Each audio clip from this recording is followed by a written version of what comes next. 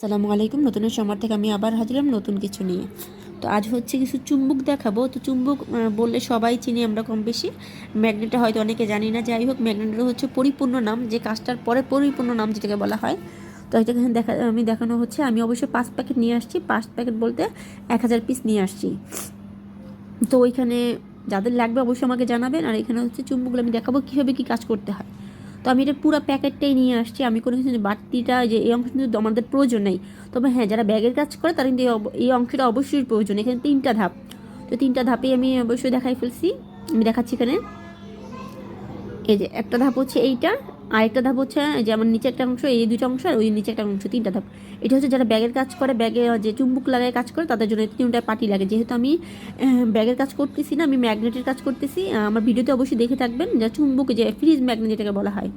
তো এটা মূলত আমাদের শুধু ভিতরের অংশটা লাগে, আর বাকি সব কোনো কিছু লাগে না, আমরা ফেলে দিই। তো এখানে হচ্ছে এটা কীভাবে খুলতে হয় আমরা অনেকে জিনিসটা জানি না।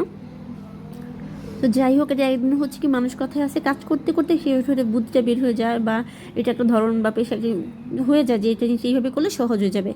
তো এক উপায়, আমার এটা কাজ করতে করতে আমি এটা নেল কাটার দিয়ে খুলতে সহজ হই। ফার্স্টে চামচ দিয়ে চেষ্টা করি, তো পরে পারি না, ব্যর্থ হই। পরে নেল কাটার মাথায় আসে, নেল কাটা দিয়ে খুলে সহজ হবে। তো আমি নেল কাটা দিয়ে 4টা ধাপ থাকেন, ধাপগুলো যে সোজা করবো, সোজা করলে বাকিটা সব ফুলে আসে দেখবেন।